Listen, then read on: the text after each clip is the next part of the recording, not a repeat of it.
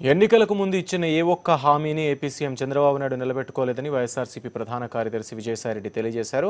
విజయనగరం జిల్లా సమీక్ష సమావేశంలో పాల్గొన్న ఆయన వచ్చే నెల 5న జరిగే మహాధర్నాను విజయవంతం చేయాలని ప్రజలకు పిలుపునిచ్చారు. టీడీపీ అధికారంలోకి వచ్చిన తర్వాత జిల్లాలో 5 పరిశ్రమలు మూతపడి 30,000 మంది కార్మికులు రోడ్డున పడ్డారని ఆయన ఆరోపించారు.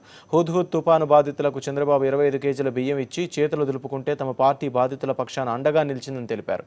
అధికారంలోకి వస్తే బెల్ట్ షాపులు ఎత్తేస్తానన్న చంద్రబాబు పేరును ఎత్తేశారని సీనియర్ నేత ఉమారెడ్డి ఎద్దేవా చేశారు.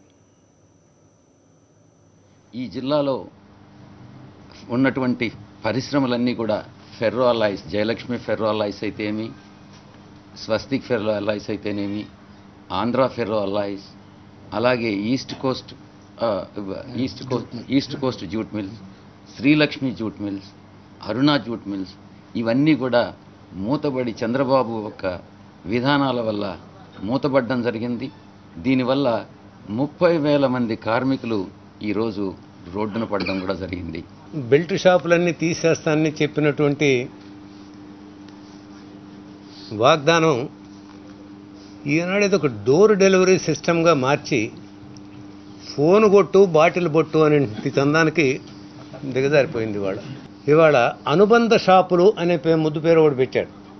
ఈ బెల్ట్ షాపులకి రెగ్యులరైజ్ చేయడానికి అనుబంధ షాపులు కాబట్టి వాళ్ళు గతంలో ఉన్నటువంటి ఎక్కడెక్కడో ఇళ్లల్లో మరి ఉన్నటువంటి షాపులన్నిటికి కూడా ఇవాళ అనుబంధ షాపులని పేరు పెట్టి వాటికి పెంచుకుంటా ఉన్నారు.